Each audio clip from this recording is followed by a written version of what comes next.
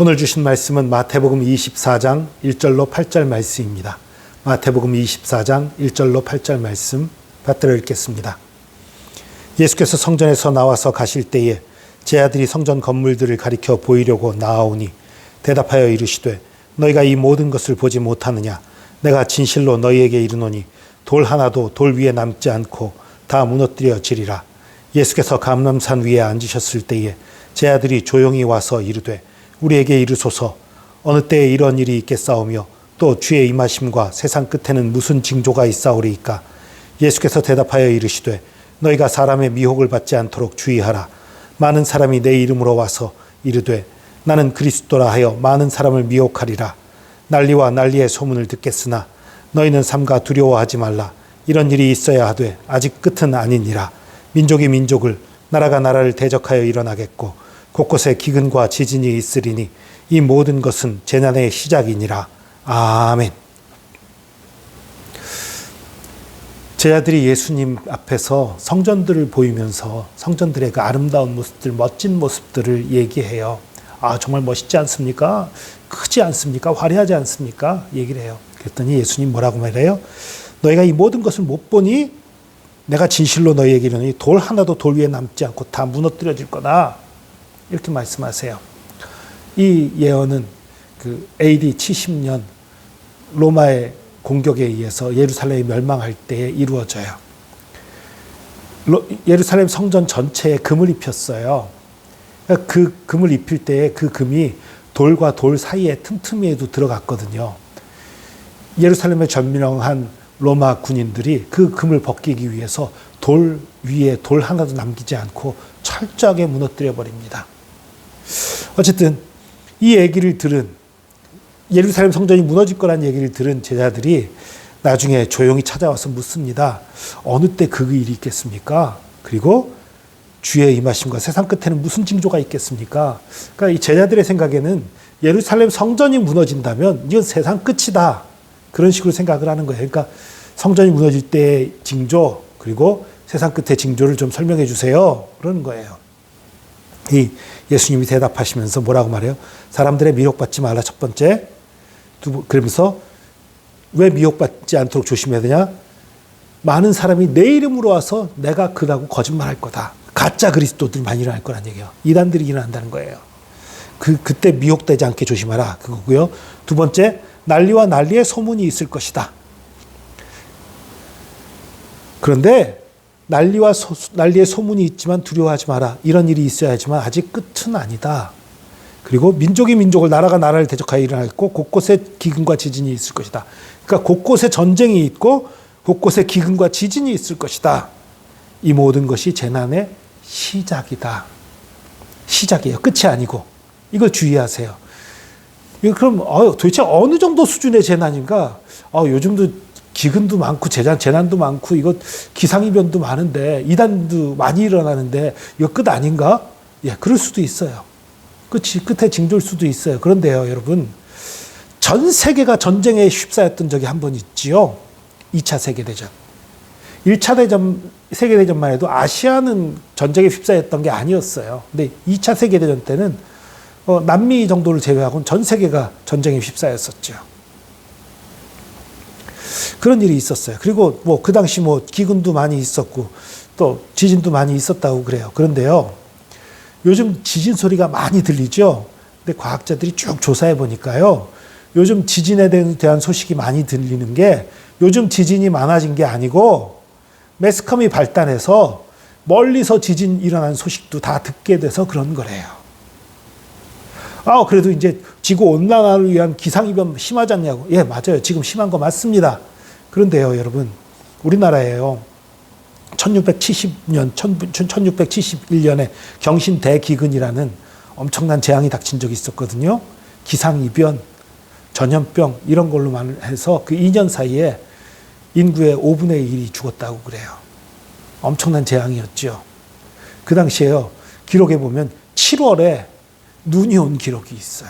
서리가 내리고 우박이 내리고요. 지금 이 정도 기상이변은 지금 물론 기상이변이 심합니다만 그때의 기상이변에 비하면 될 것도 아니에요. 제가 지금 드리는 말씀은 지금은 마지막 때가 아니다라는 말씀을 드리는 게 아니에요.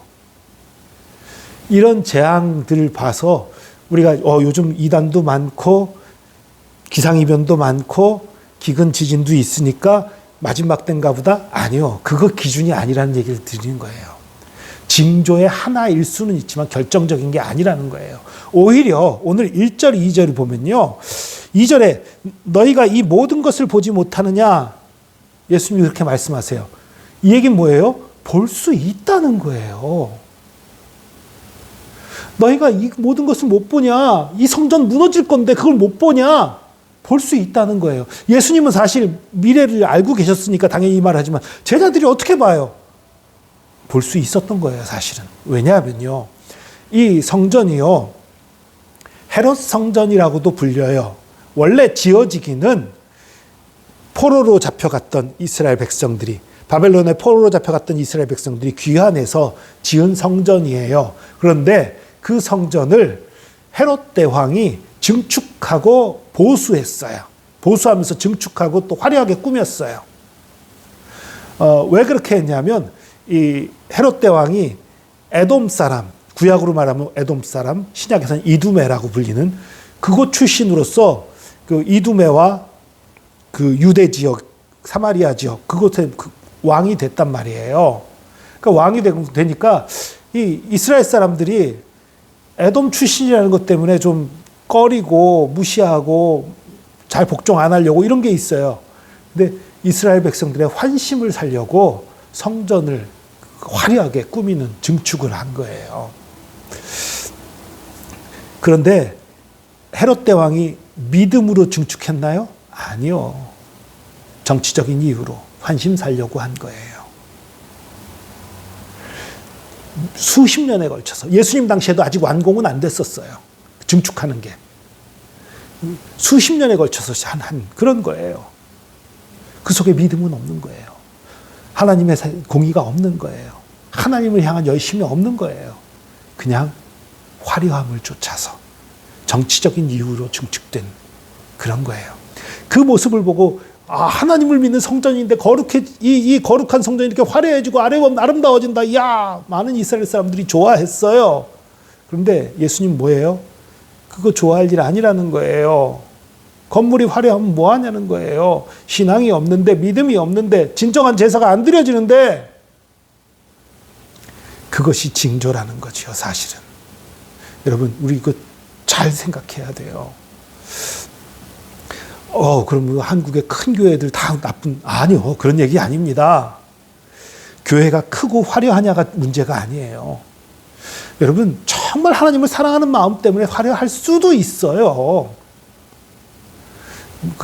물론 이제 교회만 화려하고 알맹이가 없는 게 문제지, 교회가 화려한 것 자체는 문제가 아니에요. 물론 저라면 교회를 화려하게 짓기보다는 단순하고 꼭 기능적인 면을 하고 나머지는 선교하고 어려운 사람 돕는 데 쓰고 이랬으면 더 좋겠어요.